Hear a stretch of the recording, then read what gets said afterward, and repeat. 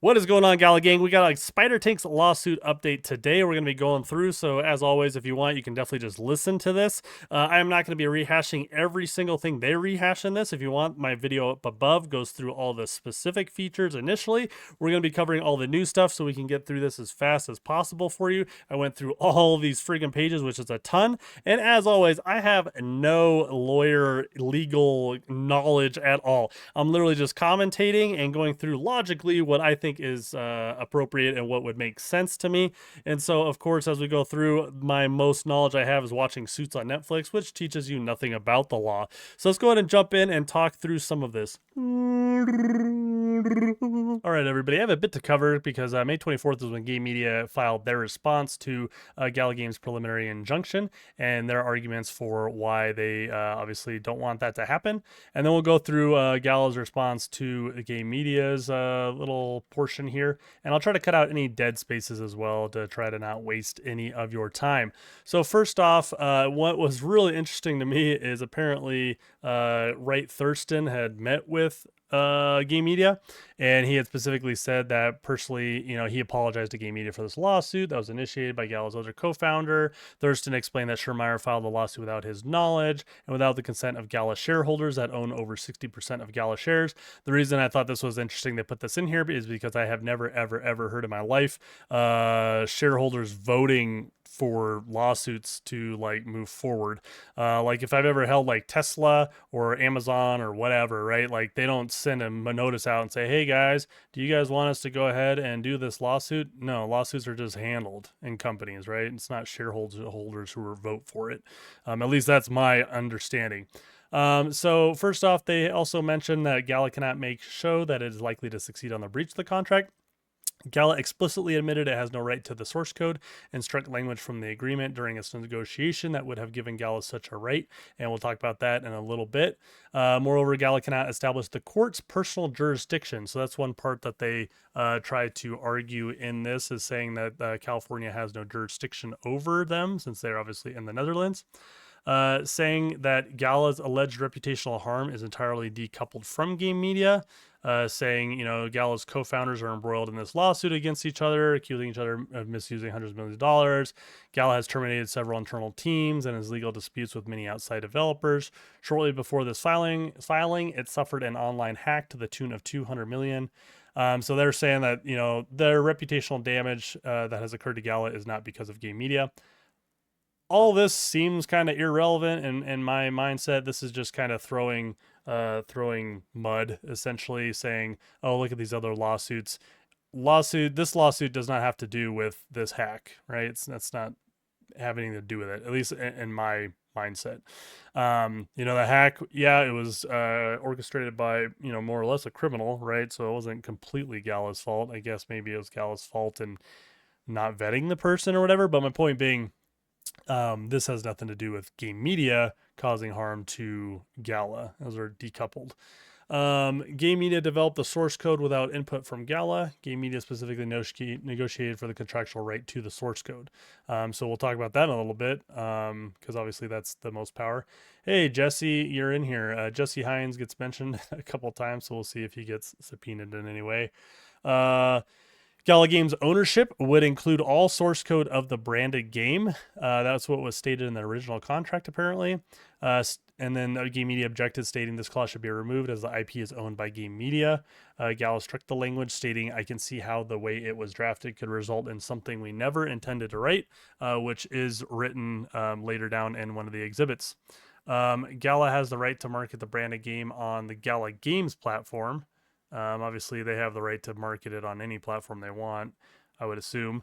Marketing means marketing to users, people who will play the game. Nothing in the agreement restricts Gamedia's ability to market the game outside the Gala Games platform or to display clips of the game for marketing purposes. So this is the argument where Gala is saying that they're, marketing the game and that they don't have the right to do that with using some of Gala Games' purportedly owned footage.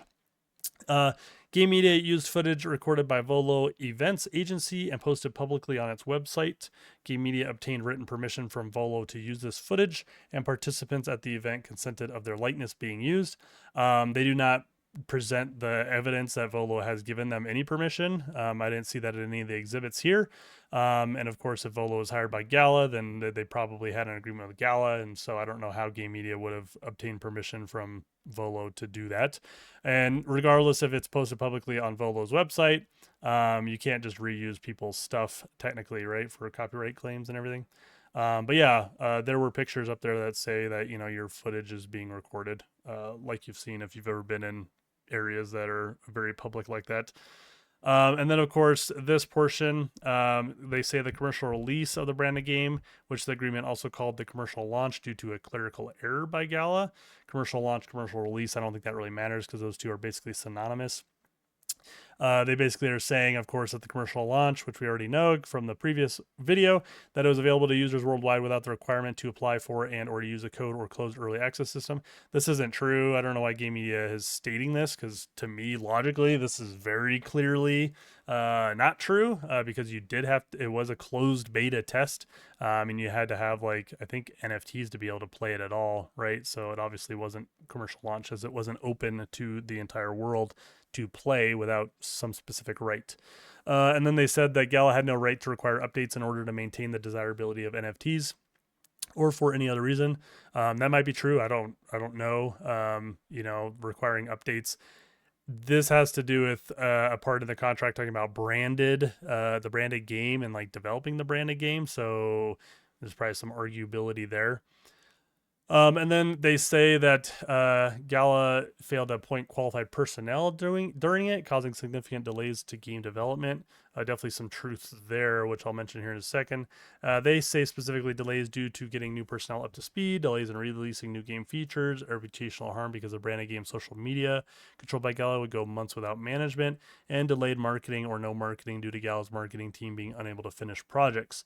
Again, I don't know what the evidence is. I haven't seen anything written to say this, but I mean, I think a lot of us would say that, yeah, there was probably some marketing that did not happen, and Gala was in charge of the marketing. I think they spent $1 million on some Spidertanks ads on YouTube, though. And then I like this because he puts everything in chronological order here. Conduct by Gala to frustrate Game Media's benefits. So June, August 2021, prior to the beta launch, Gala insisted on hosting game items on the Gala chain to be ready before November 2021. Gala delayed in developing the Gala chain, causing a near year-long delay in releasing certain highly anticipated features. Yeah, there was a lot of delays in Gala chain, so we know that that is true. Gala agreed to a roadmap that required it to make Gala chain ready by Q1 2022. Gala failed to do so. I mean, that's true. Gala did not get it there in time. Gala unilaterally pivoted and stated the branded game would be released utilizing a new database and not the Gala chain, forcing Game Media to scrap work on the product. Maybe that's true. Gala's new database plan was then also mostly scrapped because Gala never completed the development. March to May of 2022, Gala agreed to a second roadmap that promised to migrate the game to Gala chain, implement certain game functionalities, and launch the Silk token to reward players for gameplay, all by Q2, Q3 2022. Gala failed to fulfill each of these commitments because Gala never completed development and unilaterally pivoted to the addition of a new punitive mechanic called Honor. Again, yeah, I don't think Gala chain was ready at all. There was lots of delays with Gala chain, obviously. So it wasn't launched when Gal was wanting to. So I don't know if they have an argument point there to argue that, because our commercial launch didn't happen because Gala was delayed and things. I don't know. September, October 2022, Gala made additional promises to increase the availability and utility of Silk. Some of those promises were fulfilled after months of delay, while some remain undelivered as to today. They're not specific which promises, so I can't really comment on that. January, February 2023, Gala announced a mobile version of the branded game without consulting Game Media. Despite that, Game Media would need to do all the work to make it a reality. This is true. We saw that in the previous articles. Game Media at that time informed Gala that Game Media would cease development if Gala continued to fail to deliver on commitments and to make unilateral decisions for the branded game. Gala promised to be more cooperative and fulfill its commitments moving forward, but it did not. June 2023, Gala agreed to a new internal roadmap in which Gala committed to making API changes to enable new game features, increasing user acquisition, and increasing revenue.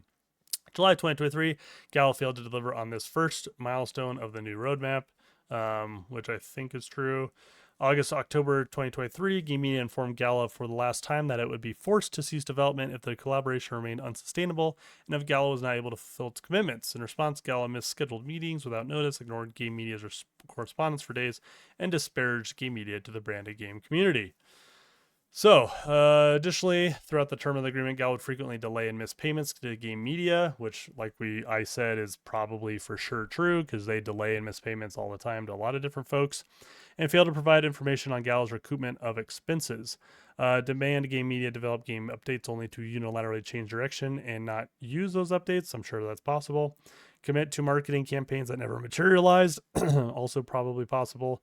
Announce partnerships to support the branded game that never materialized. I don't know which partnerships those are. Change the branded game payment options without consulting Game Media. That was when they changed Silk payment one time, which is true. Give away valuable in-game items that reduce expected revenue and without consulting Game Media. That is the Snoop tank that was given away for free at the Snoop barbecue. And unilaterally leak confidential Game Media and branded game information. Game Media was working practically for free well before October 23. So they were saying that they basically, stopped developing the game because they were working for free, which let's say that, yeah, for the months there, they weren't earning like significant revenue. So are they really working for free though? Because if you've earned $25 million over a 3-year period, that's $8 million a year. How many people do you have working? How much are they being paid? So is it really for free? I mean, I don't know. The game can still be played on Gala Games platform today. I can't, but that's probably because galachain is keeping me out of the game, which is super annoying. But yeah, I'm locked out of my game because I have too many tanks, apparently. Purchases made with Silk do not count towards revenue because Gala redistributes Silk to players at the end of each day. Gala has not paid Game Media for 2024 revenue. The reason this is interesting to me is because I thought in the original white paper or whatever that Silk was going to Game Media and Gala as well. I mean, I guess, and I don't know if Gala or Game Media were, gaining Silk or dumping into Silk or not, or how that was working. Scrolling down here, Game Media did not commit an anticipatory breach. So they're saying plainly there's a dispute effect about when the commercial launch occurred. This dispute effect alone prevents the court from issuing the injunction. Sure, I guess. I don't know how law works, but I guess the judge needs to make a decision on when the actual launch was before, I guess, continuing with some of the legal stuff. That's my only guess. They say Gala cannot prevail because it cannot establish personal jurisdiction or service of process. They just mean being served, that it wasn't done appropriately, which we will talk about in a little bit as well. And obviously, here's our conclusion. For the foregoing reasons, the court should deny the preliminary injunction motion. If the court grants it, the court should require Gala to post a $10 million bond to compensate Game Media for its loss of IP and business. So let's move on to some declarations. So this is Dietmar Tucker, who is the CEO of Game Media, doing his different discussions here. So a lot of this, once again, is already in the previous video. So nothing in the agreement prevents Game Media from finding new partners to license a branded game after Gala Games' exclusivity period is over. Well, yeah, that's true. Nonetheless, Game Media is not currently looking for new partners with a branded game. I don't know how they can say that. That's kind of like that's pretty much a lie because on Twitter, they literally posted that and said, we're looking for new partners. So I don't really know how they can write that in here. Seems like it completely contradicts what they posted on Twitter. So we already went through that aspect on that previous article. So this one, he says these statements are lies. Specifically, Gala did not offer to buy the source code or otherwise buy out the game. So here he's saying that, they did not offer anything specifically.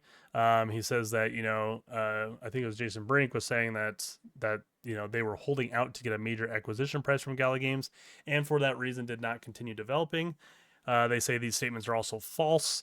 Game Media, and that Gala was saying Game Media demanded to stick by its commitments after years of Gala failing to do so. So Game Media was saying that they did not come to any kind of numbers at all. The idea that Game Media cared about only money is a farce. The truth is that Game Media was losing money on the branded game for several months before October 23. Again, if you made 25 million, are you really losing money for a couple of months? I guess for that month, because you're paying out people and you're not earning enough to cover that month to month, but you should have some runway, as we call it. Attached here to Exhibit 22 is a true and correct printout of the CoinGecko website. So this was super interesting. They basically were trying to make this argument that, the Gala token was this price on this day, and then the Gala price was this day when Game Media ceased development, and Gala was this price here, and it hit a peak here. So they're trying to say that the Gala price has to do with people's sentiment in the company, which I guess you can argue maybe to some degree, but I mean, crypto is crypto. Token prices go up and down even when things are going really good for companies or really poorly. So that's not a good argument to throw in here and is pretty much pointless and should just be kind of ignored. And then say that this is so interesting. They say that they met with Wright Thurston in person in the Netherlands. That Thurston sought out contact with them to have that conversation, and then during that, Thurston told him that he doesn't support the lawsuit, doesn't blame Game Media, blah blah blah. I find this real interesting that Wright Thurston went out of his way to meet with them. I don't know how that really strengthens like his lawsuit on that side.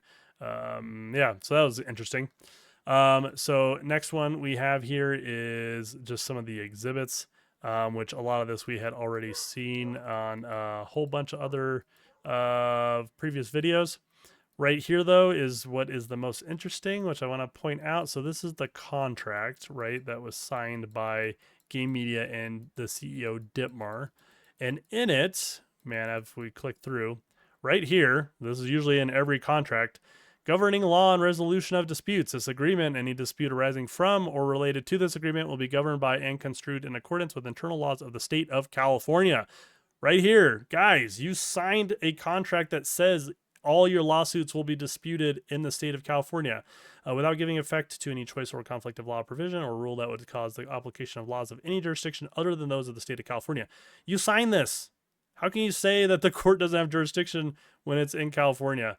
Yeah, I don't understand. And Game Media ignores that in the contract. They don't mention that or try to dispute it or argue why that shouldn't hold weight. And so, yeah, you can see their signatures here. So again, they chose to have it in California, so I don't know how they can file that motion. And then, of course, here is the milestones that they were trying to hit. Commercial release means a version of the game is complete and made available by Game Media to Gala Games for availability to play by all Gala Game users. Does not require the user to own a specific NFT to access the game. So again, that didn't happen for a long time. They can argue that it was maybe Gala's fault for delaying galachain or something. So here's Game Media's argument. When they were talking about in the contract here, the trademarks of the branded game should be owned by Game Media, as the game as well as the licensed IP is also owned by Game Media. Yes, this was never meant to include your IP. So yeah, obviously the IP is owned by Game Media. The exclusivity period is just that, Gala is allowed to market and use the IP during those 3 years. So that's where the argument of the source code is well, licensed IP includes source code, does it not? I don't know. Again, I'm not a lawyer, so I don't know the distinction between the two. And of course, as lawyers do, they have to use other cases to kind of argue, in favor of one or the other. Let's see. So that was the contract portion there.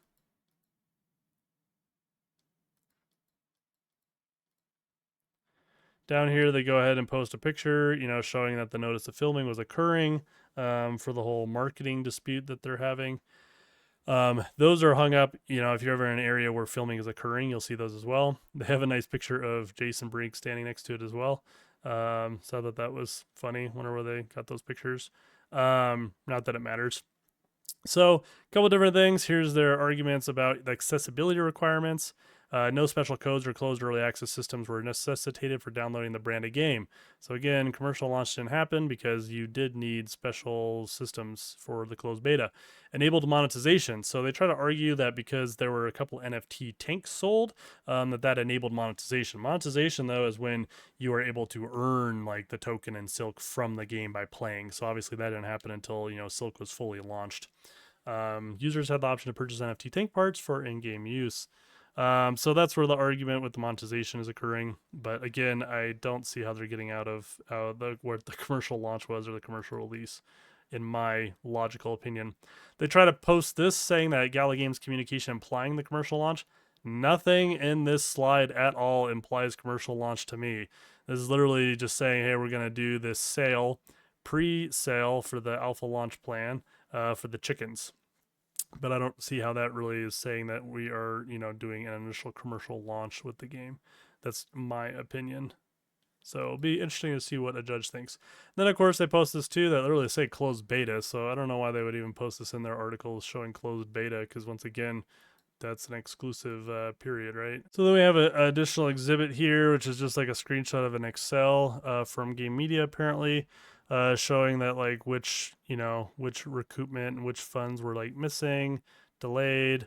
It's hard to exactly understand what's being said here, but in short, I think the most interesting part is, this is like $25 million worth of payments here. So again, without like showing the actual bill and the invoices and everything, it's hard for me to judge exactly, what hasn't been paid. But it sounds like, at least the way Gala has been arguing, that they have paid out at least up until 2024. All those previous payments, even if they were delayed. This next declaration by Micah Chavin is literally like the paste and copy of the other legal lawsuits, just all the way down, which I guess can give the judge some, I don't know, relevance of things that are going on. Again, I don't see how that's specifically relevant to any kind of large degree on this specific argument and lawsuit. And then they went ahead and they put a motion to dismiss the lawsuit because of, like we said, that they don't believe that California has any personal jurisdiction over Game Media, and that plaintiff has failed to serve Game Media with process. Now, in the legal system, you're going to attempt or try to do anything, right? So you put forth these motions. I mean, at worst, it gives you more time, I guess. Even if you know motion's going to fail, like, why would you not, I guess, try? But I don't see how this motion at all is going to succeed, because again, they signed the contract stating that they wanted California to be the governing legal body. So Game Media, because it has not engaged in a single act that constitutes a minimum contact with the state, it has no office or employee here, it is not authorized to do business in the state. As for the contract, Gala Games alleges that Game Media breached. Game Media negotiated, executed, and performed its obligations entirely in the Netherlands. Again, I think this is just a pretty weak motion in general. So we'll see if the judge denies the motion. And funny enough, they post as an exhibit their contract they signed for, in this motion that says California that they signed. So I'm still confused. Once again, I guess they're just doing it just because, why would you not attempt to file a motion? The rest of that article is just a bunch of things showing that Gala Games' principal place of business is Wyoming. But again, I don't think that really matters because Gala works in California as well and did that whole time as well, had employees there. So again, the contract is signed. I don't understand how that could be approved, that motion. So then we had Gala go ahead and reply to Game Media. This was just filed 2 days ago, June 7th, it looks like. And so in here, Gala's obviously going to go through each aspect of Game Media and all the things they claimed and basically try to argue why. So first off, they talk about the the marketing aspect, and they say, tellingly, Game Media does not attach this purported license, which is true, because no such license would or could grant Game Media permission to market the game when Gala never gave that permission to Volo. There's no evidence this license exists, nor that Volo has any legal right to give away Gala's exclusive rights. Whatever Game Media believes Volo licensed is irrelevant, unsupported by evidence, and contradicted by the agreement. I mean, I have to agree they didn't provide any kind of written evidence, so I don't know what to say there. Game Media breached by preventing development. So the evidence also shows Game Media tried to coax a buyout from Gala as soon as it began threatening to stop development in summer 2023. Now, I haven't seen any printouts or Discords or Slack messages of the requests for these buyouts myself yet. So again, where's the evidence for that? Unless it was just, verbal conversations, I don't know. So then they also say Gala source code ownership which is irrelevant because Gala is not claiming source code ownership, which is true, right? Gala is not claiming that they own the source code, but that they have the exclusive rights to develop the branded game and to fully use the source code for that purpose. Gamedia source code ownership does not allow it to renege on that grant of rights. And in that article, or in that contract, it does say that, Gala had the rights to develop the branded game, which means to continue adding updates. And so if Gamedia is not doing it, then I guess Gala should be allowed to do it, right? Gamedia also quarrels with Gala's right to fully use the licensed IP, complaining that these non-specific words do not confer the right to develop the source code.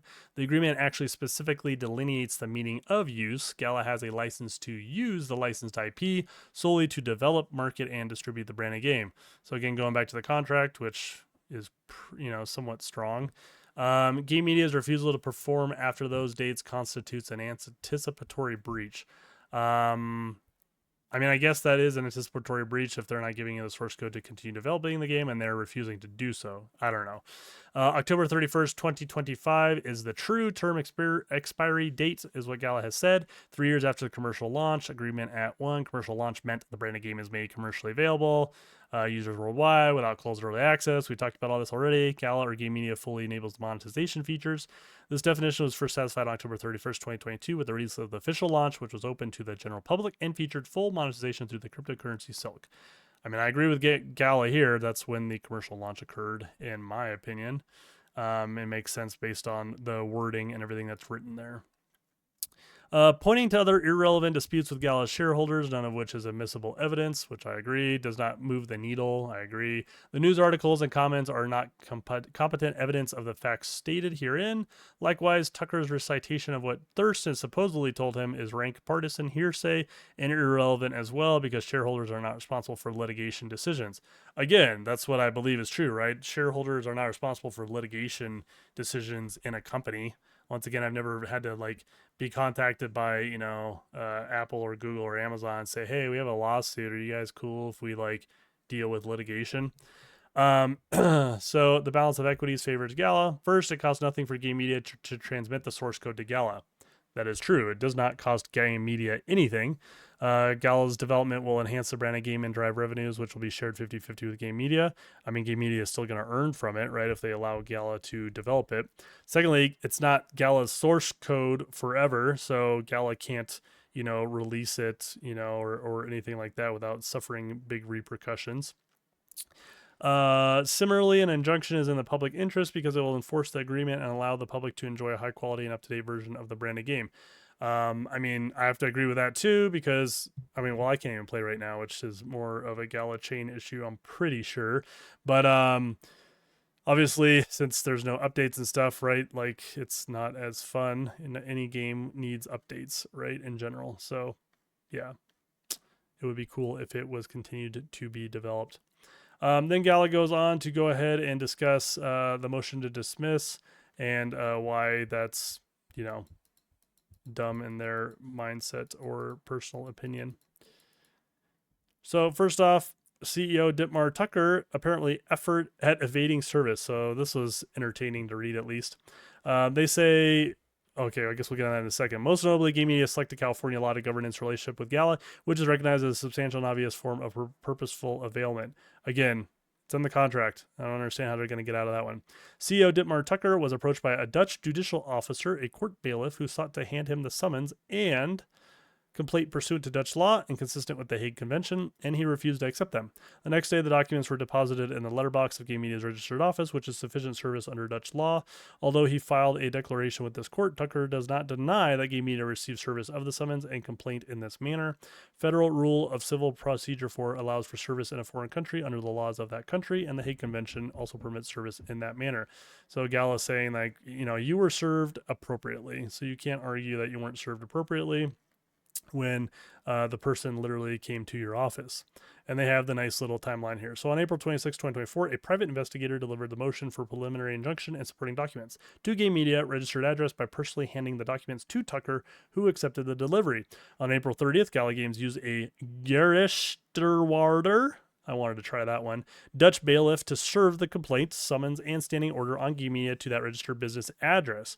When the Gerichtswaarder arrived at the address, she spoke with someone identified as director of Gamedia. they assumed Dittmar Tucker. The director refused the service. Then the person came back the next day. Nobody would answer the door, and so the summons or service was placed into the letterbox, which is apparently appropriate under Dutch law. Not only was the agreement negotiated and signed in California, the agreement invokes a California substantive choice of law provision. Again, Game Media literally chose to have California. They could have argued in the contract to choose the Netherlands or somewhere else as the legal dispute, but they chose California. And they didn't, argue that, and then they signed the contract. So this one is from Benefactor. He says he currently resides in California. That's pretty much all that is relevant in his comments here. Levi Hansen basically wrote a bunch here too, basically saying that, hey, we did Google Meets on California time, basically saying that jurisdiction in California is appropriate. Brittany Hamilton is a legal person with Gala, basically showing, again, that they had correspondence with the Dutch private investigator folks who went ahead and they confirmed that they legally did everything appropriately to serve the summons to them. So that's all pretty boring and what we already kind of talked about. And then Blake Walker here, another legal person at Gala, basically saying that, again, everything that was expressed by the people in Dutchland, it was done correctly, and that they do work in business in California. So all this other stuff is pretty much boring here. Let me know what you think down below. As always, these are super fun to go through. And I just want to kind of break this down simply for you, at least where we are currently. Yeah, as always, stay warm, Wookiees.